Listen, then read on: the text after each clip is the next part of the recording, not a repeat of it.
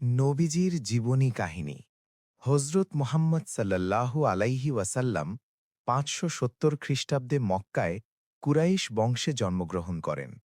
জন্মের পূর্বে পিতা আবদুল্লাহ এবং ৬ বছর বয়সে মাতা আমিনার ইন্তেকালের পর এতিম হিসেবে বেড়ে ওঠেন।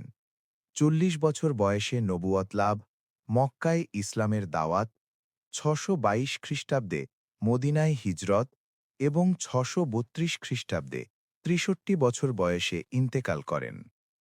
নবীজি সাল্লাল্লাহু আলাইহি ওয়াসাল্লামের প্রধান ঘটনাসমূহ: জন্ম ও শৈশব। ৫৭০ খ্রিস্টাব্দের ১২ই রবিউল আউয়াল, মতান্তরে অন্য তারিখে, মক্কায় জন্ম। জন্মের পূর্বে বাবা এবং ৬ বছর বয়সে মা আমিনা ইন্তেকাল করেন। এরপর দাদা আব্দুল মুত্তালিব এবং পরবর্তীতে চাচা আবু তালিবের তত্ত্বাবধানে লালিত-পালিত হন। শৈশব ও সততা। ছোটবেলায় তিনি মেষ পালন করতেন এবং সততার কারণে মক্কাবাসীদের কাছে আল আমিন অর্থাৎ বিশ্বস্ত উপাধিতে ভূষিত হন। বিবাহ।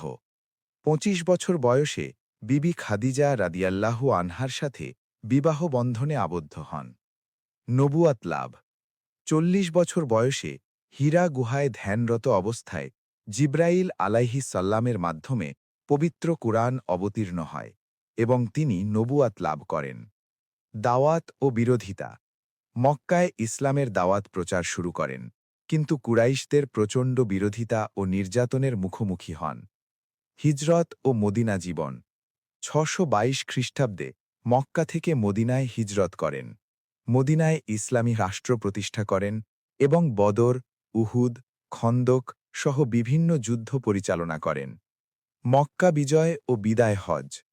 ৬৩০ খ্রিস্টাব্দে বিনা রক্তপাতে মক্কা বিজয় করেন এবং ৬৩২ খ্রিস্টাব্দে জীবনের শেষ হজ বা বিদায় হজ সম্পাদন করেন। ইন্তেকাল।